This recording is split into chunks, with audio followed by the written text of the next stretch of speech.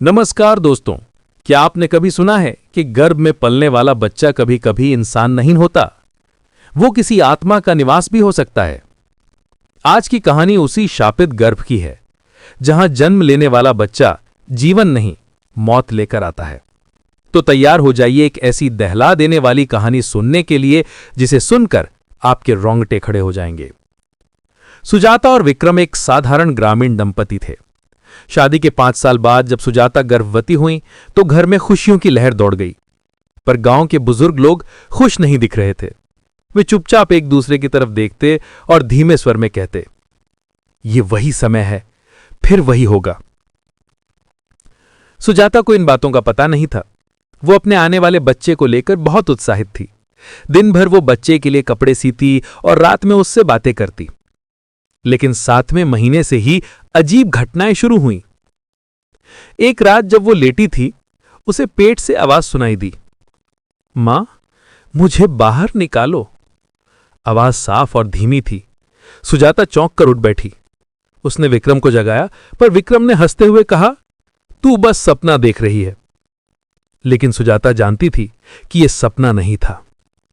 कुछ दिनों बाद उसने अपने पेट पर खरोच के निशान देखे, जैसे किसी ने अंदर से नाखून रगड़े हों। रात में जब वो आईने के सामने खड़ी हुई तो उसके पेट से खून से सना एक छोटा सा हाथ बाहर आया और आईने पर लिखा, मैं बाहर आना चाहता हूं। सुजाता चीख पड़ी। विक्रम दौड़कर आया, पर तब तक सब गायब हो चुका था। विक्रम को लगने लगा कि सुजाता का मानसिक संतुलन बिगड़ गया है। लेकिन एक रात जब वो सो रहा था, उसने आंखें खोली तो देखा सुजाता गहरी नींद में थी, पर उसके पेट से एक बच्चे का चेहरा बाहर झांक रहा था। काला चेहरा, पूरी तरह काली आंखें और दानवी मुस्कान।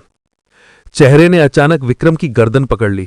वो तड़पता रहा, चीखता रहा, चीखने की कोशिश करता रहा, पर उसकी आवाज गले में ही दब गई। सुबह विक्रम का शव मिला। गले पर गहरे नीले निशान थे, जैसे किसी ने दबाया हो। विक्रम की मौत के बाद गांव वाले डर गए। पंडित को बुलाया गया। पंडित ने तांत्रिक ग्रंथों में देखा और फिर सबको बताया।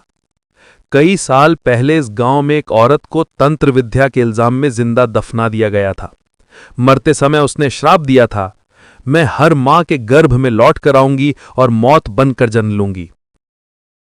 वही आत्मा अब सुजाता के गर्भ में पल रही है। सुजाता रोते हुए बोली, ये मेरा बच्चा है, मैं इसे मार नहीं सकती। लेकिन पंडित ने चेतावनी दी, अगर तूने इसे जन्म दिया तो पूरा गांव बर्बाद हो जाएगा। आखिर वो रात आई। बाहर तूफान था, बिजली कड़क रही थी। सुजाता को प्रसव पीड़ा शुरू हुई। उसकी चीखें घर को हिला रही थीं। अचानक घर की खिड़कियां अपने आप बंद हो गईं। दीवारों पर खून से उभरते हाथों के निशान दिखाई देने लगे। हर कोई डर से कांप रहा था। सुजाता चीख रही थी, ये बाहर आ रहा है, ये मुझे मार डालेगा। उसके पेट पर पंजों जैसे निशान उभरने लगे। पंडित मंत्र पढ़ता रहा, पर हवा इतनी तेज थी कि दीपक बुझ गए। कमरे में सिर्फ चीखें और तूफान की आवाज गूंज रही थी। रात के अंतिम पहर सब कुछ शांत हो गया। सुजाता खून से लथपथ पड़ी थी। उसकी सांसें बंद हो चुकी थीं, लेकिन उसके पास एक बच्चा लेटा था। गांव वाले पहले तो खुश हुए, बच्चा जीवित है। लेकिन जब बच्चे ने आंखें खोली तो सबके रोंगटे खड़े हो गए। उसकी आंखें पूरी तरह काली थीं। चेहरे पर वही दानवी मुस्कान थी। पंडित ने कांपते हुए कहा, यह इंसान का बच्चा नहीं है, यह शाप है। यह बड़ा होकर मौत लाएगा और फिर किसी और गर्भ में लौट आएगा। गांव वाले उस बच्चे को देखकर पीछे हट गए। कोई उसे छूना नहीं चाहता था। लेकिन सच ये था कि अब वो बच्चा गांव का हिस्सा बन चुका था, उसके साथ मौत और अंधकार भी। उस दिन से गांव में हर साल किसी गर्भवती औरत की अजीब मौत होने लगी। लोग कहते हैं कि वो आत्मा बार बार लौटती है, हर बार किसी मां के गर्भ में, और हर बार एक नए रूप में जन्म लेकर पूरे गांव को डराती है। कहानी का सबक, कभी कभी गर्भ सिर्फ जीवन नहीं देता, वो मौत को भी जन्म दे सकता है। दोस्तों, ये थी कहानी गर्भ का शाप। कहते हैं कि उस औरत की आत्मा आज भी भटक रही है। वो हर साल किसी नए गर्भ में लौट कर आती है और एक बार फिर मौत का खेल शुरू करती है।